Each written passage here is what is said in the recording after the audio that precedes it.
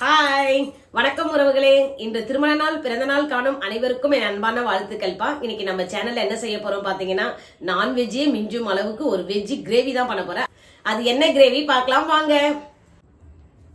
இந்த கிரேவி செய்ய முக்கியமான பொருள் பாத்தீங்கன்னா இந்த மீல் மேக்கர் தான்ப்பா எடுத்து வச்சிருக்கேன். மீல் மேக்கர் எடுத்து வச்சு அதுக்கு தேவையான பொருள் பாத்தீங்கன்னா இதை பாருங்க, வெங்காயம், தக்காளி, இது பச்சை மிளகாய் எடுத்து வச்சிருக்கேன், இஞ்சி பூண்டு பேஸ்ட், புதினா, கொத்தமல்லி எடுத்து வச்சுட்டேன். இப்போ எப்படி செய்யலாம்னு பார்க்கலாம் வாங்க.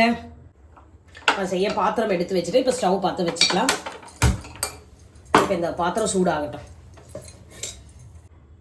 இப்போ எண்ணெய் ஊற்றிக்கலாம். ஒரு நல்ல குழிக்கரண்டி அளவுக்கு எண்ணெய் ஊற்றி இப்போ தாளிப்பு பார்த்தீங்கன்னா இப்போ பட்டை, லவங்கம், சோம்பு, இந்த கடல் பாசி இதெல்லாம் எடுத்து வச்சிருக்கேன்ப்பா. இப்போ எண்ணெய் காஞ்சிச்சு, இதை போட்டுக்கலாம்.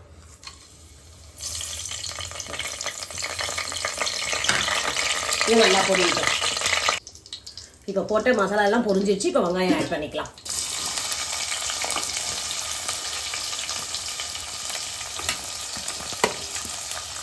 இந்த வெங்காயம் சீக்கிரம் வதங்கிறதுக்கு நம்ம இப்போ கொஞ்சம் உப்பு போட்டுக்கலாம். இப்போ இந்த வெங்காயம் வதங்க நம்ம உப்பு போட்டுக்கலாம். சீக்கிரம் வதங்கிடும்.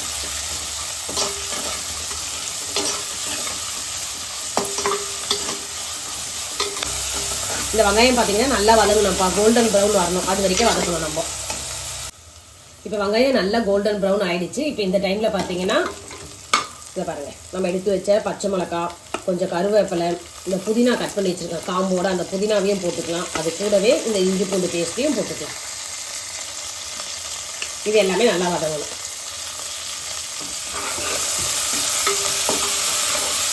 இது எண்ணெயிலேயே வதங்க சொன்னா அந்த வாசனை கொஞ்சம் நல்லா வரும், புதினா ஃப்ளேவர்லாம். இப்போ நம்ம போட்ட இஞ்சி பூண்டு பேஸ்ட் எல்லாம் நல்லா வதங்கிடுச்சு. இப்போ அதுக்கு பார்த்தீங்கன்னா தக்காளி சேர்த்துக்கலாம்.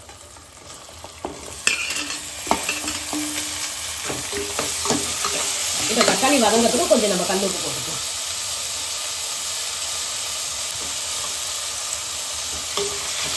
தக்காளி சீக்கிரம் நல்லா தக்காளி வதங்கி கிரேவி வளர்த்துருப்பாங்க, அது வரைக்கும் வதங்கணும் தக்காளி.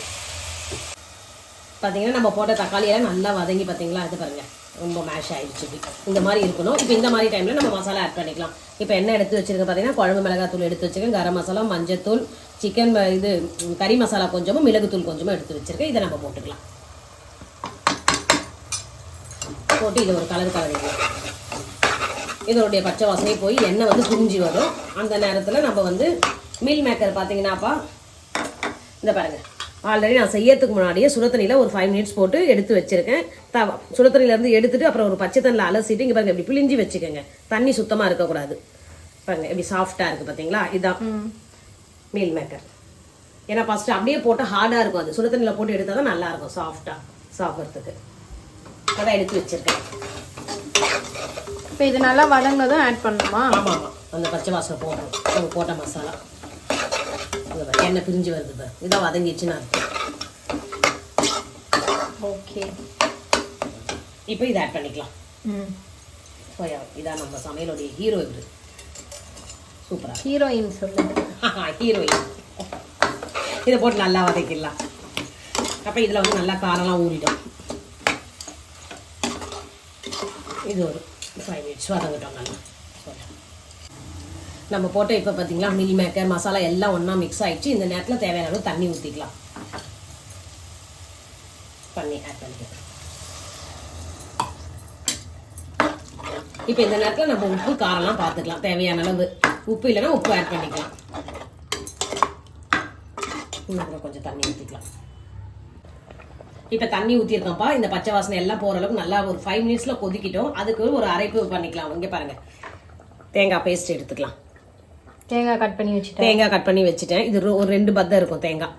அந்த பீஸ் கட் பண்ணியாச்சு. அதுக்கு முன்னாடி பார்த்தீங்கன்னா கொஞ்சம் சுட தண்ணியில் முந்திரியும் கசகசாவும் போட்டு ஊற வச்சிருக்கேன். இதை வந்து நம்ம பேஸ்ட்டாக எடுத்துக்கலாம். இது ஊற்ற சொல்ல தான் இன்னும் அந்த கிரேவி பார்த்தீங்கன்னா ஒரு மைல்டு க்ரீமி டேஸ்டி சொல்லுவோம் இல்லையா, அந்த டேஸ்ட் வரும். அதுக்காக இதை எடுத்து வச்சிருக்கேன். இப்போ இதை அரைச்சிடலாம். இப்போ பார்த்தீங்கன்னா நம்ம ஊற்றின தண்ணியெல்லாம் நல்லா கொதிச்சு சுண்டி பார்த்தீங்கன்னா கிரேவி பார்த்தீங்களா திக்காக வந்திருக்கா. இந்த நேரத்தில் வந்து நம்ம தேங்காய் அரைச்சி வச்சுருக்கீங்களா அந்த பேஸ்ட்டு, தேங்காய் வந்து நல்லா பார்த்தீங்கன்னா க்ரீம் மாதிரி இருக்கும். இந்த மாதிரி அரைச்சிக்கணும். இப்போ இதை ஆட் பண்ணிக்கலாம்.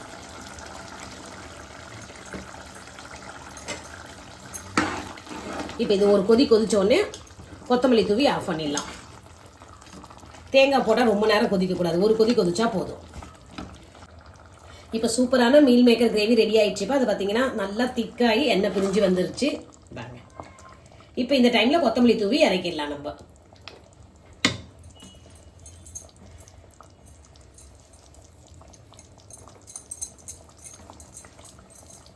கொத்தமல்லி தூவியாச்சு. இதை கொஞ்சம் மூடியும் வச்சிடலாம், அப்போதான் வாசனை எங்குமே போகாது, சூப்பராக இருக்கும்.